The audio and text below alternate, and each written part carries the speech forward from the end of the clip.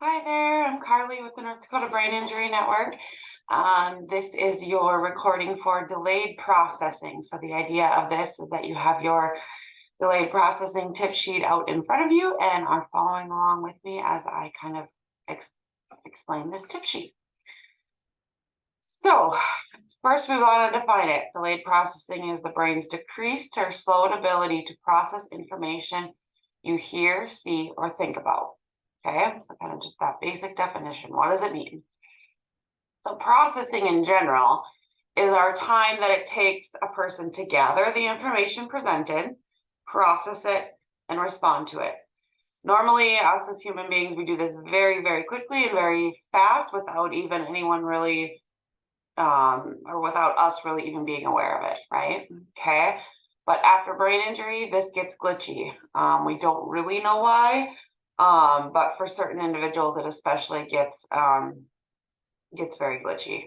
So some things that people might notice, you might have a hard time keeping up with the pace of conversation, especially if there's more than two people. I think if there's two people, usually that pacing can be set by the other person with you.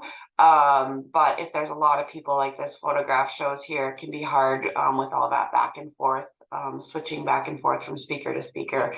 I do often talk about when I talk with clients that seem to struggle with processing that I will count in my own head while I wait for them to respond. So that is a trick that I do, but you can do whatever works for you.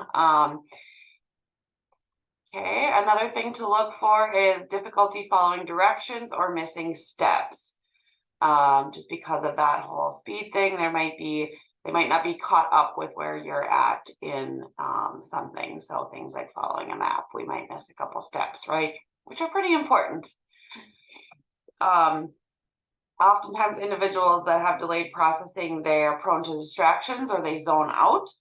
So they might miss some of the information presented. So asking them to rephrase, to stay engaged, trying to incorporate as many senses as we can be really good way to keep engaged. Sometimes doodling and fidgeting can help too.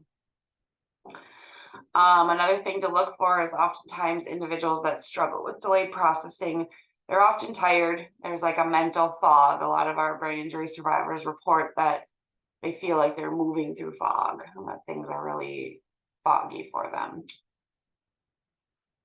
Oftentimes these are the people that are viewed as unmotivated or slow moving.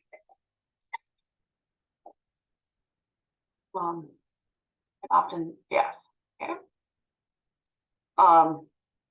Another thing to look for is these individuals can often be misunderstood as uncooperative or resistant due to slow responsiveness. Okay. But really it's that wait time. We need to give more wait time to individuals. But individuals also, if you're a survivor listening, excuse me, scratchy throat this morning. If you are a survivor, you can also help that individual by telling them, hey, I struggle with my processing. Please slow down for me. Give me more time. We have to be our own advocate, right? And tell people what we need.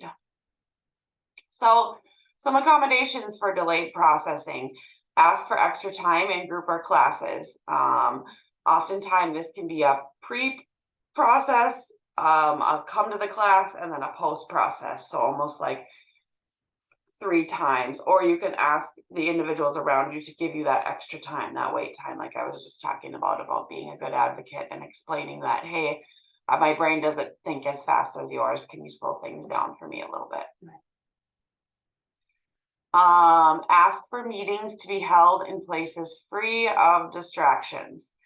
That can be really tricky, but even shutting the door can be, a lot of times I'll go observe in the classroom students and the door will be open to the hallway. So then all those hallway distractions that student is trying to weed out from paying attention to. So closing doors, shutting blinds, if there's windows, oftentimes that can be distracting if there's someone shoveling or just walking by, things like that.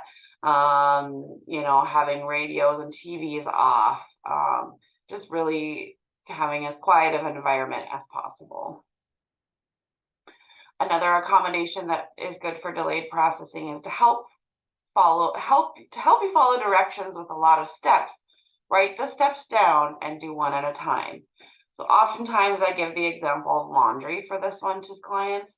So think of this in whatever way you would want to, but if we just write laundry on our to-do list, that's got a lot of steps involved, right? And so if we break it down to carry laundry basket to laundry room. Okay, then we can check it off. Step 2, sort the lights and the darks. Cross it off.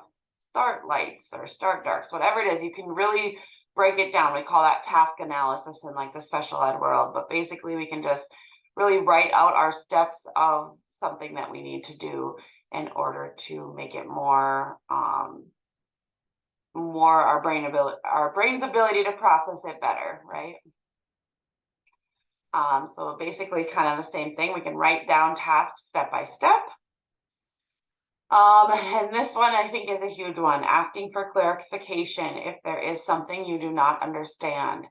I have a survivor that oftentimes, and these are her words, not mine, but says, dumb it down for me.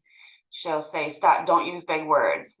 Use words, you know, when we think about the words like sibling, we can say brother or sister instead, right? We don't need to use big words, but so the individual with brain injury needs to also ask, you know, if there was directions presented too quickly or you get lost in a step, ask for clarification, ask for to gauge that understanding, to make sure you understand what's being asked of you, and vice versa. So if you are, you know, a professional working with a survivor of brain injury, you can ask them to tell you back, okay, what did I just ask you to do? And so that you can all be on the same page. Physical activity supports brain function. You want to make sure to add exercise to your day. And it doesn't have to be, we don't expect you to be running miles or anything like that. Even just a brief walk can really help support your brain function, okay? And then advocate. Oftentimes after brain injury, it's little tiny changes that we can make to our day that can make a world of difference in our day. And so we need to let people know that, though. Brain injury hasn't really been around that long. It's kind of a newer concept to a lot of people. And so we want to make sure everyone understands it and is on the same page. And so we might need to explicitly say, like, I have brain injury, I struggle with delayed processing.